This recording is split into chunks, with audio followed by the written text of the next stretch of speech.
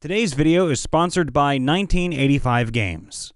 DMs and players of the world, what was your you done goofed up moment, part 1. I was the DM for my group, and I was running the party through the town sewer system that was still under construction. They were looking for construction workers that had gone missing, and realized that there was a collapsed tunnel ahead.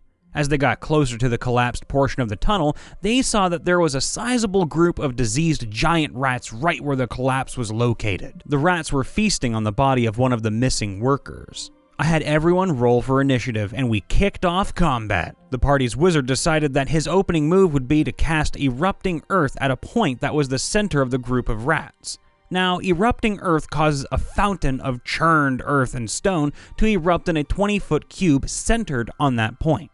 So you're casting Erupting Earth in the tunnel under the streets of the town?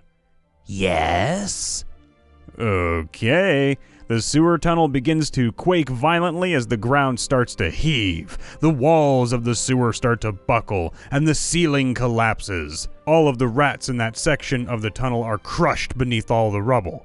However, the collapsing of the tunnel that had already had a cave-in begins a chain reaction of more ceiling to come crashing down. At this point, the other party members tell me that they run back down the tunnel to escape the cave-in, but the wizard chooses that he is going to stay put. I rolled to see how many spaces on the map collapse, and the wizard avoids getting caught by the cave-in by 1 5-foot square. The ceiling comes down along the tunnel in your direction, but stops just before you. You hear the sounds of screaming coming from above. When the dust settles, you are able to see the underside of the street above where the portion of the sewer was. The wizard's player just said, "Oops." Introducing the Deck of Stories. Don't worry, this isn't the deck of many things. Let me explain. The Deck of Stories is a Kickstarter collab between Critical Dice and 1985 Games, showcasing a bundle of unique story hooks and events that are meant to help a DM quickly create new ideas on the fly for their tabletop game.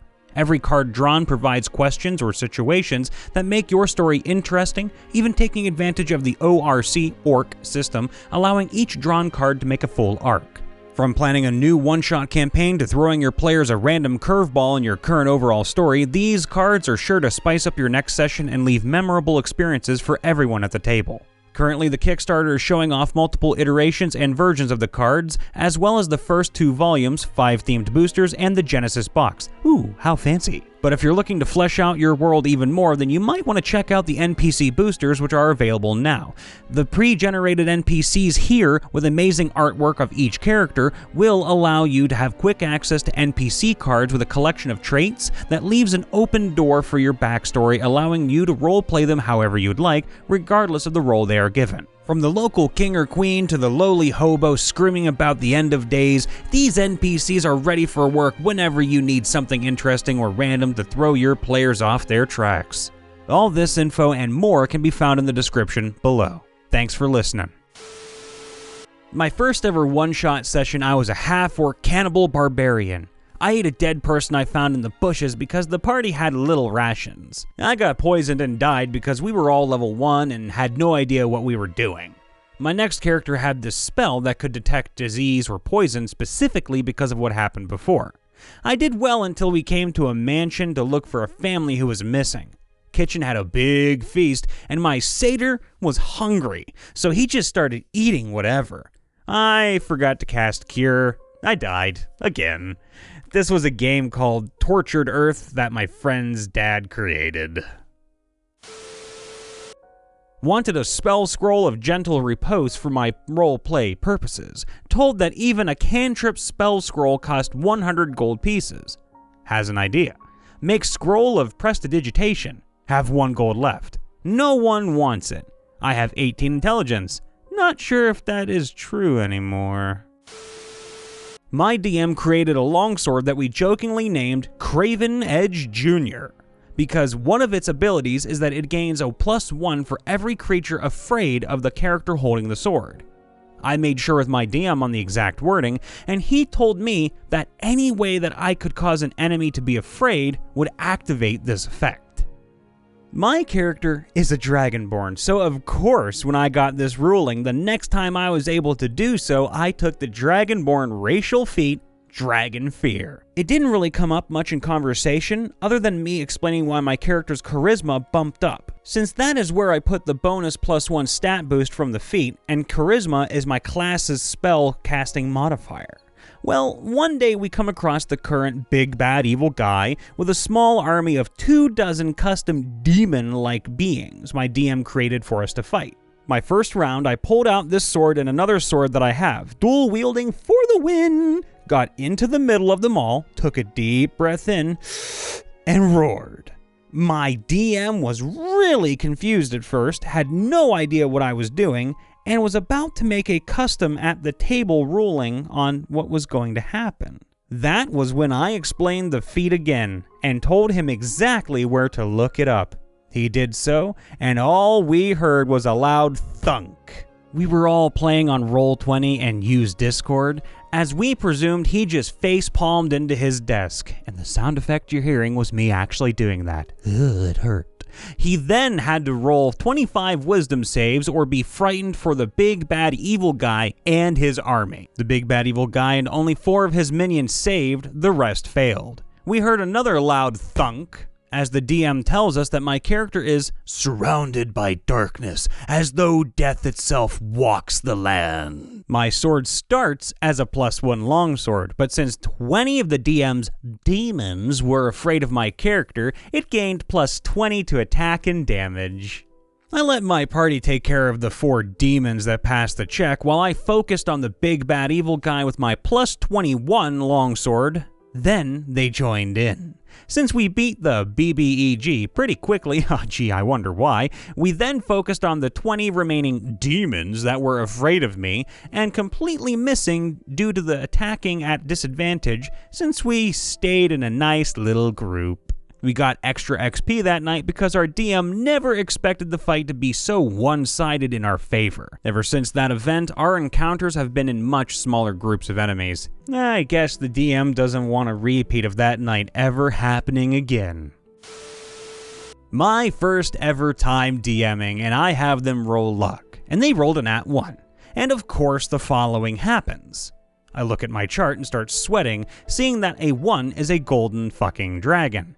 A level 13 one at that. So here I am just thinking about how not to TPK, and in the end, the dragon did a flyby that killed the mage/wizard. And yeah, he wasn't happy about that at all.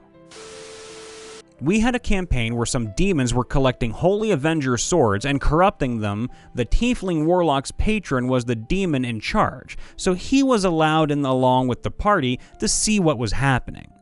They found the sword which had a barrier the demons couldn't get through, only paladins of the temple's god could get through. The wizard tries to go in and took 3d6 radiant damage and was thrown back 20 feet. The chaotic evil warlock, a tiefling, the child of the demon-only stereotypes here, then decides to give it a shot. Some demons and devils warn him, an imp touches it and turns to dust to prove a point, and he still goes for it. He took 4d10 radiant damage and was almost killed. Ah, the Pinky and Bronze saga. Grizzled Tau Commander and Pink Eldar Psyker teaming up together to help people. We boarded a disabled Imperial battleship to help scuttle it and save the crew from a Tyrannid infestation. I goofed up my rolls for Psyker Mastery and suffered Perils of the Warp. We ended up with Tyrannids fighting demons, fighting Imperials, fighting us in a mosh pit battle. DM here, I can think of a few. In the last session, I forgot to have the Aboleth the party was fighting use its legendary actions every turn. That became an easier than expected encounter. Other than that, the fireball bead to the 10 barrels of gunpowder on top of a big bad evil guy's minion would have to be alongside the time the party looked at someone claiming to be an archfey and tried to pick a fight. Despite what the fighter can do, a bag of holding javelins, even if it does max damage, did not even faze the fey. It did, however, amuse it, and it left the party in peace. I'm afraid of what they'll do now since I've unleashed them upon the elemental plane of water, and the druid can wild shape combat style. The entire party is level 10, and all have at least 2 to 3 feats between them minimum, either due to level ups, plot antics Druid has Fae touched due to a mishap involving the prior mentioned Archfey, for example, and rewards for good behavior and planning. And yes, the dwarf has a bag of holding javelins which to unleash, and the party barbarian is a bear totem warforged. This is the tale of how my party accidentally decimated half a city. Be me, Pixie Warlock, named Nova. Be not me, Ogre Barbarian, Asimar Witch, Elven Rogue, and Steve the Sentient Stone, Stumbler of Swordsmen and King of the Fighting Pit.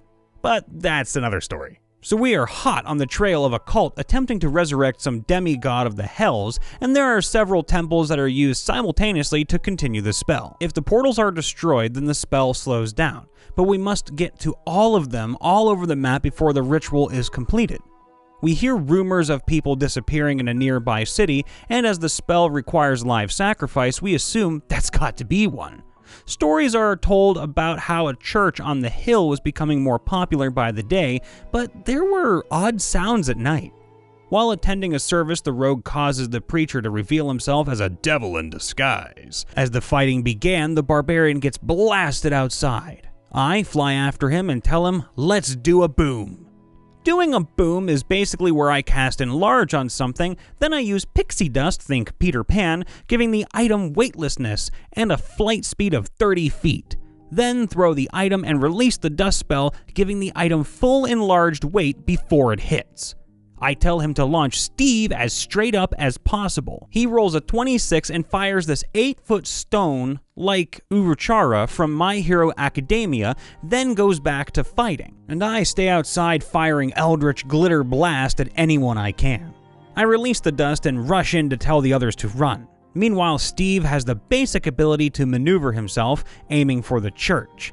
At this point, the DM asked how high did Steve go and how fast is he falling. We do some real-world gravity math and determine his trip to the thermosphere would be more like a meteor than a missile, and this was a bad idea. The ogre scoops up the others and books it, as I'm fluttering my little butt off behind him. The witch pulls out her magic key to an extra-dimensional shop, the place which she learned to witch? I don't know what that means, and not but a second after closing the door.